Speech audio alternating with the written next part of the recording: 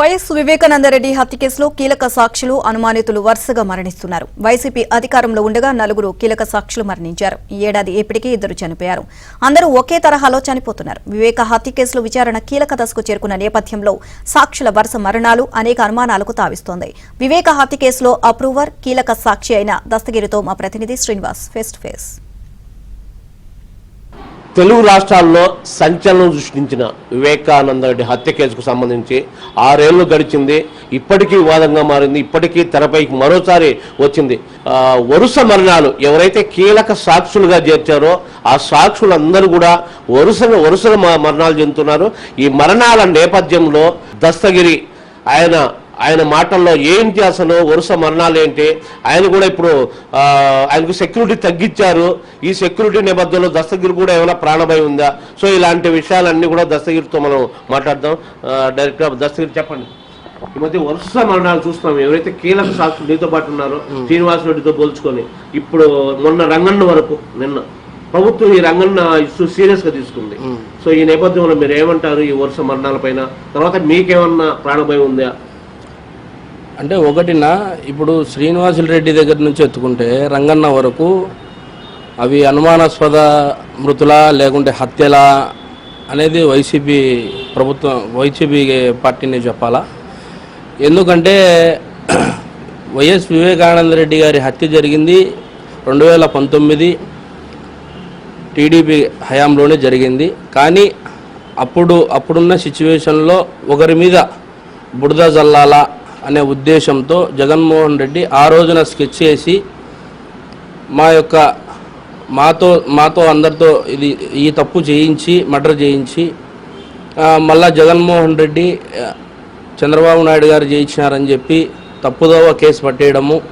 ఆ తర్వాత నాకు సిబిఐ ఎంక్వైరీ కావాలా, నేను ఖచ్చితంగా మా చిన్నాయన కేసు మీద సిబిఐకి పోతా అని చెప్పి మళ్ళా 2019లో జగన్ గవర్నమెంట్ వైసీపీ అధికారంలోకి వచ్చిన తర్వాత కోర్టులో పిటిషనే విత్డ్రా చేసుకునేటట్టుగా సిబిఐకి పోకోకుండా ఆయన ఇష్టానుసారంగా 5 ఏళ్ల వ్యవధిలో సాక్షులు ఎవరైతే ఉన్నారో వాళ్ళను భయభ్రాంతులకు గురి చేసి అవి హతమార్చినారా, హత్యలా, అనుమానాస్పద మృతులా అనేది ఇప్పుడున్న కూటమి ప్రభుత్వం తేల్చే పనిలో ఉంది. అయితే కూటమి ప్రభుత్వం మీద పూర్తిగా నమ్మకం ఉంది, విశ్వాసం ఉంది. ఎందుకంటే కూటమి ప్రభుత్వానికి ఇదొక ఛాలెంజ్.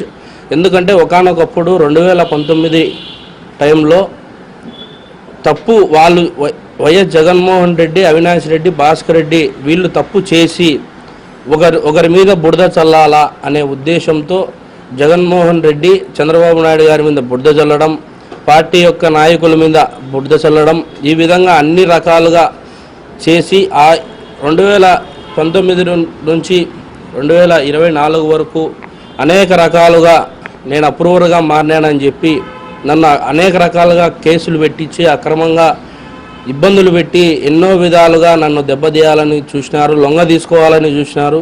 అన్నీ ఏవైనా కూడా ఎన్ని సమస్యలు వచ్చినా లొంగకోకుండా, ఎవరికి కూడా భయపడకోకుండా, నేను తప్పు చేసినా నా యొక్క ప్రాయశ్చిత్తానికి నేను ఒక స్టాండ్ మీద ఉండాలా, నేను అట్లా మళ్ళీ వీళ్ళతో కలిసి తప్పు చేయాలనే ఆలోచన నాలో నుంచి తొలగించి నేను అప్రూవర్గా మారడం జరిగింది. అప్రూవర్గా మారినప్పటి నుంచి కూడా ఎన్నో విధాలుగా వైసీపీకి సంబంధించిన నాయకులు కావచ్చు, వ్యక్తులు కావచ్చు నన్ను సంప్రదింపులు చేయడము, ఈ విధంగా నువ్వు స్టేట్మెంట్ తప్పుదోవ బట్టి నీకు లైఫ్ సెటిల్మెంట్ అమౌంట్ ఇస్తామని చెప్పడము, ఇవన్నీ కూడా చెప్పడం జరిగింది. నేను దీంట్లో వివేకానందరెడ్డి గారి కేసులో కీలక సాక్షిని కాబట్టి నాకేదైనా జరిగితే మొత్తం కేసే కొలాప్స్ అయిపోతుంది. కాబట్టి నాకు తగిన భద్రత, అంటే గతంలో ఏ విధంగా అయితే ఉన్నాదో అదే విధంగా నాకు భద్రత కల్పించమని చెప్పి నేను కడప జిల్లా ఇప్పుడు కొత్తగా వచ్చిన ఎస్పీ గారిని కోరడం జరుగుతుంది. ఇప్పుడు సహజ మరణం అనేది సాదాసీదాగా చనిపోతే వ్యక్తి పర్వాలే. శ్రీనివాసులు రెడ్డి అనే వ్యక్తి ఏ విధంగా లెటర్ రాసి చనిపోయినాడు, కోవేటి గంగాధర్ అనే వ్యక్తి ఏ విధంగా ఎలక కుడితే మనుషులు చనిపోతారా, ఎలకలు కుట్టి మనుషులు చనిపోయినారని కథనాలు నడిపినారు. మళ్ళా దాని తర్వాత ఇంకా ఒకరు ఇద్దరు యాక్చువల్గా నాకైతే మతికి లేదు.